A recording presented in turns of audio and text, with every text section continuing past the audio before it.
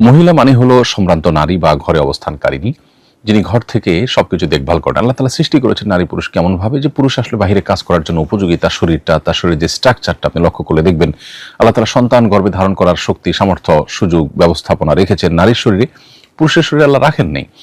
অতএব বাহিরে কাজ করবেন, দৌড়ধূপ করবেন এবং এই যে দৌড়ঝাঁপ করতে গিয়ে তাকে যে সমস্ত স্ট্রাগলের মধ্য দিয়ে জীবন পার করতে হয়, সেখানে বাচ্চাকে দুধ পান করানো, বাচ্চাকে গর্ভে ধারণ করানো, এগুলো তার জন্য ডিফিকাল্ট।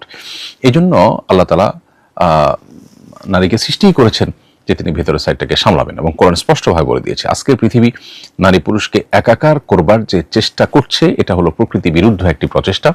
এই প্রচেষ্টা যারাই করেছে তারাই তাদের সমাজ এবং পরিবার ব্যবস্থাপনা মুখ থুবড়ে পড়ে ব্যর্থতার চরম গ্লানিতে তারা আছেন। দুর্ভাগ্যজনক বাস্তবতা হলো তারা যে পথে হেঁটে ব্যর্থ হয়েছে, আমরা সে পথে হাঁটা নতুন করে শুরু করেছি। আমরা হয়েছে নাম পরিবর্তন কতটা দরকারি ছিল, এবং মহিলা শব্দটা থাকা এবং না থাকার মধ্যে কি কোনো পার্থক্য আছে? প্রিয় দর্শক, খুবই স্পর্শকাতর, খুবই সূক্ষ্ম একটি পরিবর্তন এটি। আমরা জানি এই সরকারের আমলে সবচাইতে বিতর্কিত যে কমিশন গঠন হয়েছে সেটা হলো যে নারী কমিশন।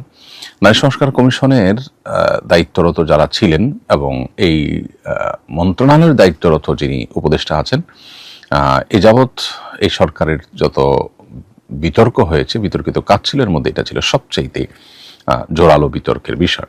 দুর্ভাগ্যজনক বাস্তবতা হলো তাদেরই একটি প্রস্তাবনাকে সরকার আমল নিয়েছে এবং সরকার প্রধান সেটিকে গুরুত্বের সাথে নিয়েছেন, এবং মহিলা ও শিশু মন্ত্রণালয়, শিশু বিষয়ক মন্ত্রণালয়ের নাম পরিবর্তন করে নারী ও শিশু বিষয়ক মন্ত্রণালয় করা হয়েছে ইতিমধ্যে।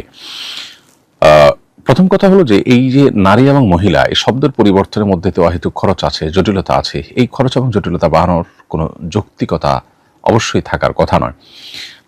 একটা দেশে যেখানে অনেক প্রয়োজনীয় কাজ আছে, যে কাজগুলো পূরণ করবার জন্য প্রয়োজনীয় অর্থ, তহবিল, এগুলোর অভাব আছে, লোকবলের অভাব আছে, সেখানে আমরা রাজনৈতিক সরকার যখন থাকে তখন রাজনৈতিক ইস্যুতে নাম পরিবর্তনের কালচার জানি।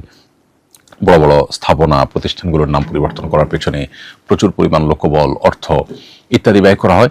এখন এই যে পরিবর্তনটা, এটাও এক ধরনের আদর্শিক চিন্তা থেকে পরিবর্তন। এই পরিবর্তনটা কোনো স্বাভাবিক পরিবর্তন নয়।